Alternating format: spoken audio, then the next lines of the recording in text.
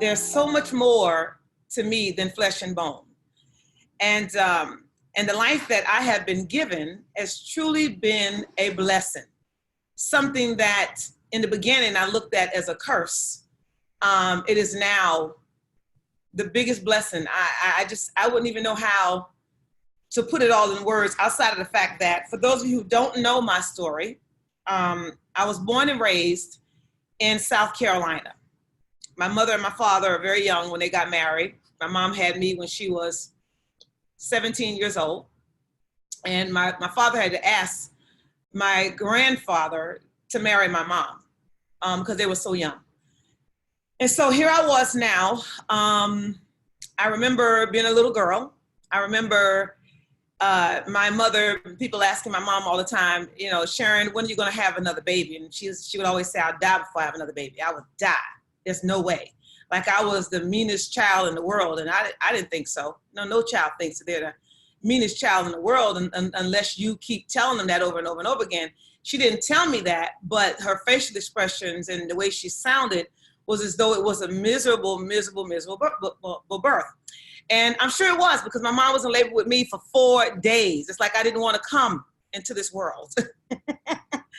And so anyways, I remember at 7 years old, my grandmother getting a phone call only to find out that my mom had passed away of an ectopic pregnancy. She did exactly what she said she would do. She said she would die before she had another baby. And she did. She died pregnant. And then my dad, by the time I was 9 years old, he was incarcerated for double murder, anger, real bad anger issues. And he thought somebody had taken his money and, hey, he just figured that these are the ones that did it, I'm just going to kill them. And he ended up killing a grandmother and her granddaughter. And for years, I was hesitant. I was afraid to share that story because I always felt that people would associate me with my dad. And so now I share it because I understand that it's his path. He chose that path. My father was incarcerated for 25 years. He's out of prison now. And so my grandparents had the privilege, after raising 21 children, of now raising me. 11 which were their own, and 10 which were my grandmother's brothers and sisters, because her mother had 11 children as well, and her mother died due to alcoholism. And so after raising 21 children, now she got me, you know, and my mother died, my father incarcerated, I have no mom, no dad, and now with my grandparents. And then by the time I was 16 years old, my grandmother passed when I was 16, and my grandfather died when I was 14. And that's how I ended up in New York. I had no idea that what has happened would have happened. I just felt that, my God, how much more can one person take? I remember being a little girl, and I remember my best friend accidentally hanging herself on a tree swing, where we used to make these swings out of tires, old tires, some cars, tire rope, and she accidentally hung herself. And I remember experiencing that, and I had went to enough funerals, you know, by the time I was 10 years old to realize that there was something about death. I may have not understood it completely then, but I began to understand it more and more. And so, to make a long story short, here I am now. I'm in this phenomenal company called Enagic. And how did that happen? It didn't happen overnight. I've been in the industry of network marketing now for, 30 years. Yeah, 30 years. And full-time now for almost 27 years. And I knew that I was going to teach. I just didn't know what I was going to be teaching. I had no idea that it would have gotten to this level. And so here I am now. Came to New York City with $50 in my pocket, everything I owned in one suitcase, lived with people that really didn't want to be bothered with me, learned how to be quiet and watch, observe more. And I learned more by being quiet and watching. I knew when it was safe to talk to somebody. I knew when it was not safe to talk to somebody. I knew when to approach them, when not to approach them. I knew all the personality types. No, I could have probably created my own curriculum on that by itself, because I was busy being quiet and busy observing people. They had no idea that this was going to become a blessing in my story as I'm sharing here with you guys tonight. But get this now. So here I am now. I figure, hey, I'm free. You know, I decided to go away to college. And the reason I decided to go away to college is because I wanted my own space. And because where I was living was on a porch that was gated around, you know, in Queens, New York, gated around. Everybody else lived upstairs. My uncle lived in the basement, but I was right there in the middle on the first floor on a porch. I made my door was a curtain that I made myself. I sewed some material together and I put a string through it and I hung it up for myself. And all I wanted was a door. And so when I found out that I could go away to college and I could have privacy, I'm like, yeah, I'm with it. But I figured I was going to stay there for 10 years. You know, I'm never going to leave. If I can have a door, I'm never going to leave. Something happened. I got pregnant. My grandmother never talked to us about sex. Her thing was keep your bloomers up, your bloomers, in case you don't know it, that's underwear, bloomers up and your frock down. That was that was her definition of sex. And so anyway, I didn't listen to her evidently. And I got pregnant with my first child, and I waited 4 years to have my second child. But while I was pregnant with Siobhan, I decided that I was going to prove my family wrong, because this is what they felt that I was going to do. They felt I was a teenager, you know, I was 19 years old. They figured I was never going to become anything. I just messed up my life, and they didn't say it like that. They said it in a way in which I wouldn't even consider expressing it the way they expressed it to me. But it made me feel like I would never be nothing. And so I decided to work 3 jobs, go to 3 different universities, all at the same time, so that I could get my degree. Because I knew that if I had this baby, that I probably would never finish school. And so although I was a sophomore in college, I graduated 3 years with a degree. I majored and I minored in education, which was teaching school pretty much. And so now I'm there, and I figure, hey, it's time for me to have another baby. It's 4 years. I want to have my children at least 4 years apart, you know, so why don't I go ahead and just get pregnant? I'm married and get pregnant. You know, it's 4 years into this. I'm going to have a boy. Hopefully I have a boy. And something happened that I didn't expect. I was born in a house. All 21 of my aunts and uncles, great and not great aunts and uncles, were born in a house, and everybody was healthy. Here I was in New York City, giving birth to my son, Damien. And guess what? He loses oxygen at birth. How? I was beginning to think that God had an anger problem, like he really needed some anger management classes or something going on. I knew that I had fornicated, but my God, I'm like, how much more can I take? How much more can I take? I got no mom, no dad, no grandmother, no grandfather. Now you give me a child that is predicted to never walk, never talk, never feed himself, never go to the bathroom. He was in diapers until he was 11 years old. I mean, hello, what more? How can I continue like this? And I wanted to end my life. Several times I wanted to end my life. But God had given me such a sense of humor until every time I would think about it, get close to it, I would think of something silly and it would just go out of my mind. For an example, I didn't want to cut myself because I didn't want to leave any marks. I didn't want to take any pills because I didn't know where I would walk to, where I would fall out, because I didn't know. I wanted people to find me so that I could look fabulous at my funeral. I didn't want to get in a car accident because I didn't know if I was going to still survive it and may not have a limb or two. All of these thoughts going through my head. And so I never did it, as you can see, thank God. But I had no idea that what was happening to me was all in the plan. And that's what I want to talk to you all about tonight. You see, you think you're going through, or you think that you have gone through some things. But the truth of the matter is, you are growing through some things. And it's not over yet. It's not over yet.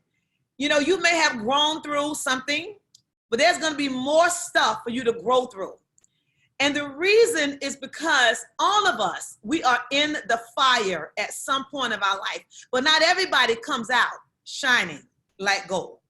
Not everybody comes out sparkling like a diamond. Not everybody comes out smelling smoke-free, if that makes sense to you. Okay? And so you have to allow yourself to grow through situations in order for you to get to the next level. Everything that happened in my life, and I don't say this because I want you to feel sorry for me. I am not a victim. I am not. I used to be. I used to be a victim. But I have since realized that I am a victor. And to God, I give all the glory. All the glory. Oh, I was mad with him for a while. I was upset. I'm like, listen, if you're going to have me living like this, I may as well not live. You know, how can you take my mom? How can you take my dad? How can you do this? How can you do that? One question after the next. I'm 16 years old. I don't know who I am. All I'm being told is you're this, you're that, you're this, you're that. And as I begin to believe that, then I'm in a marriage for 20 years. And after I give birth to my son, prior to staying in it for 20 years, my kid's father tells me, well, we don't have retarded people in my family, so it must have came from your side. Hello? And so he never accepted the fact that Damien was not a lesson, but Damien was a blessing. And so that ended up in divorce. Had no idea that the man that's in my life now would come into my life by way of a meeting. I was talking to Greg and I said, wow, God has such a sense of humor. But when it's happening to you, it's not always funny. You know, he might be laughing, but you're not laughing, right? But when you look at it from going through it, it's like, wow, I'm so glad that I had the opportunity to experience that. We grow through trials and tribulations. That's how we grow. When things are good, and of course they always will be some good times, you know, will be some good times. Then there's going to be some times that's not as good as you would like for them to be. I'll put it to you that way. Those are the times that you should cherish as well. You know, so yes, I don't know if Greg shared with you all that I am in the process of getting my doctorate in metaphysical science. I have probably been in every religion you can think about. I don't knock anybody. You're on your journey. You're finding your way. And hey, I found mine. And I tell you something, life looks a lot sweeter when you enter into a place where not much matters outside of the fact that you have found your purpose. And so now you're past the bank account. You're past your living conditions. You're past where you eat or where you shop. You're past all of that.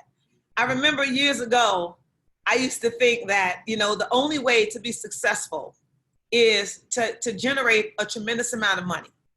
The only way to be successful is to drive luxury cars, you know, to live in the biggest house in your town, or to have the biggest swimming pool in your town, or whatever the case might have been. I used to feel that that was how you do it. The more education you had, the bigger and better you were. And so you can say that I have this and I have that and I'm this and I'm that. And then I realized that all of this work that I'm using my bodysuit, I'm commanding my bodysuit to actually go out there and to do. By the time you get all of those things, and I have, it really doesn't matter. What matters is what I'm doing here tonight. And because understand this, if you don't get anything else from this conversation here tonight, know this.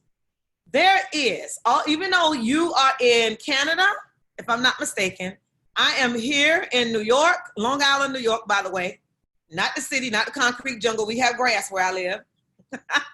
And so anyway, long as you understand that there is something inside of you that is breathing you right now.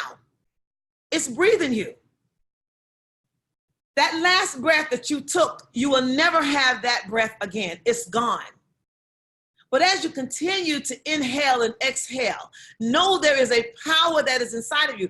This power is directing every cell in your body to do what it's doing right now.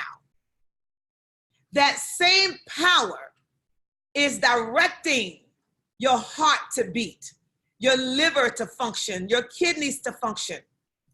That same power was used to raise the dead. to make the Red Sea part in two, to heal the sick. This is the power that I'm talking about.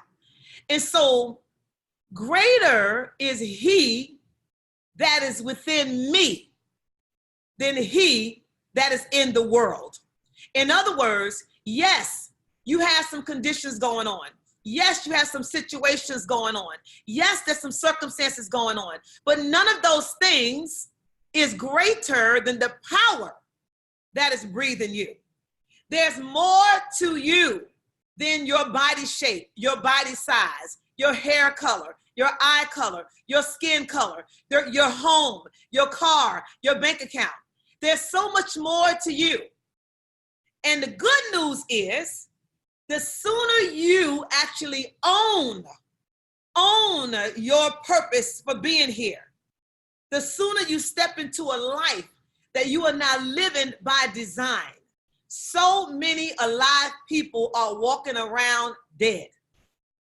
And the fact that you guys are here every Tuesday night and you're having this Bible class, these talks with somebody who is as magnificent as Greg.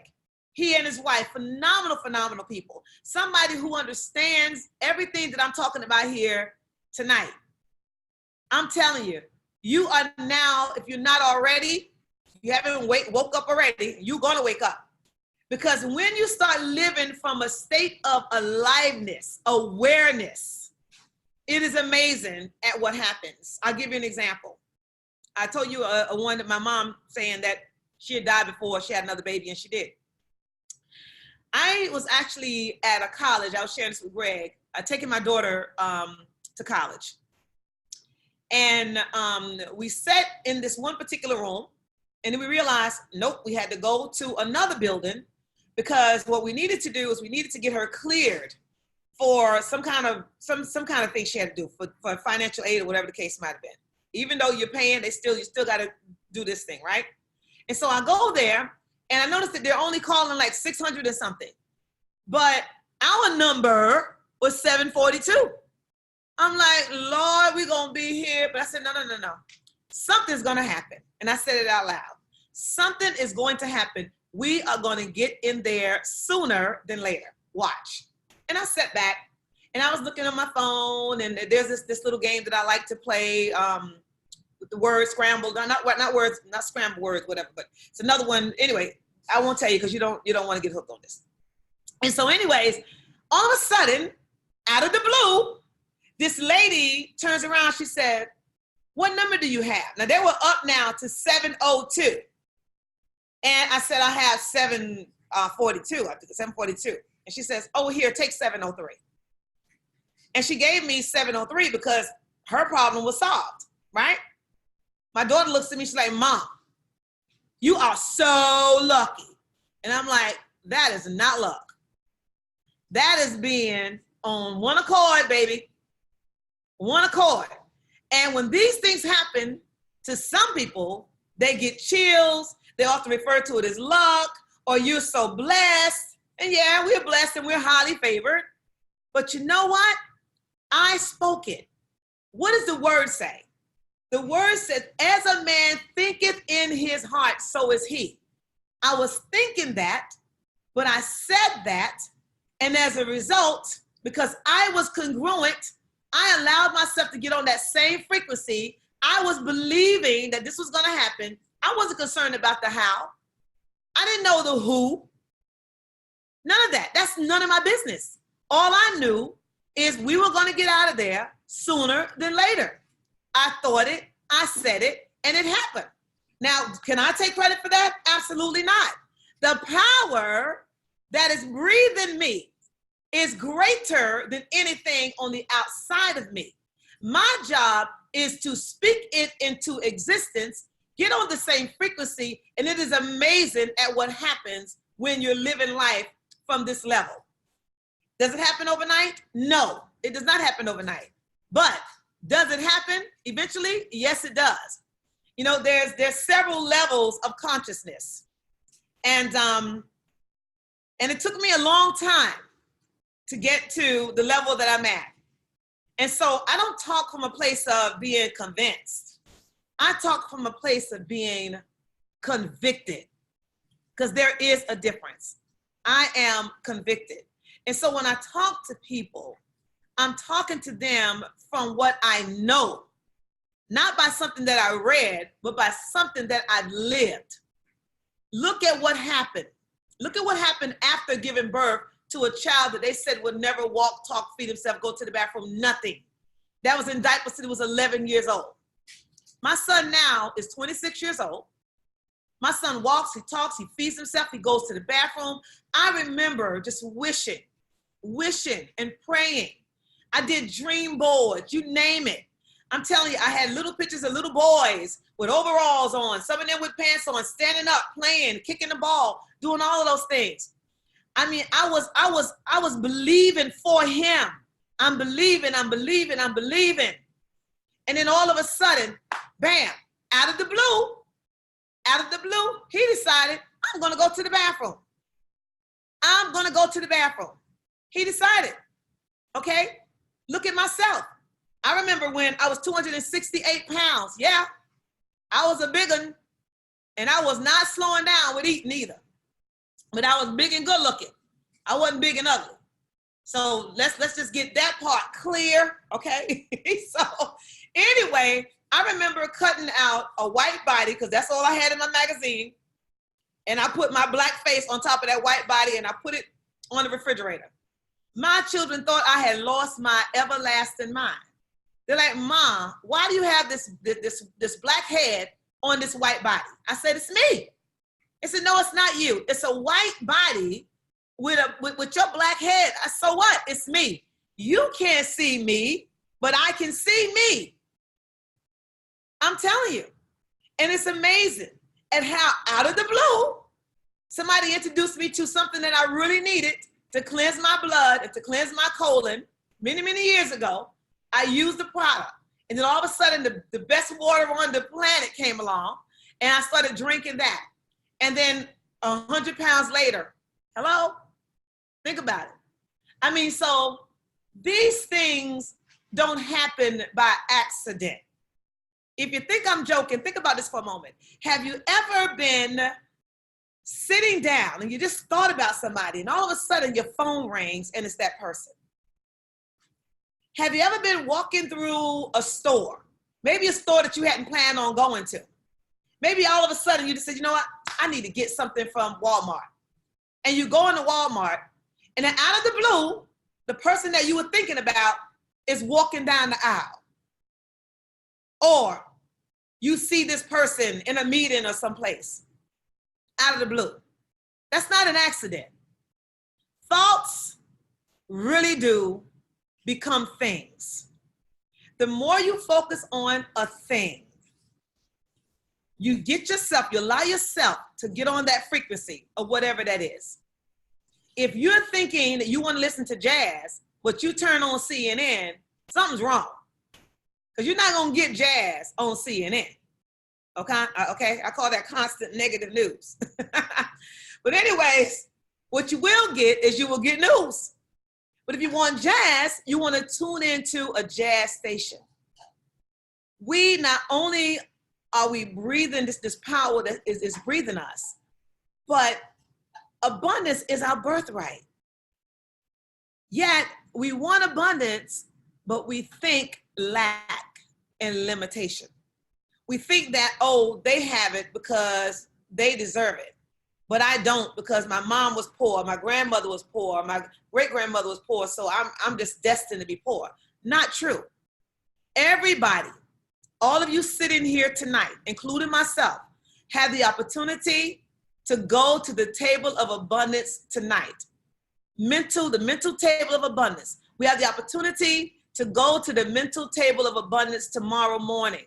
Anytime we have access to abundance. But many of us, we go to the table, but because we have this sense of lack, or we limit ourselves with our own thinking, we walk away with our plate empty. Challenge yourself, fill your plate, and watch God.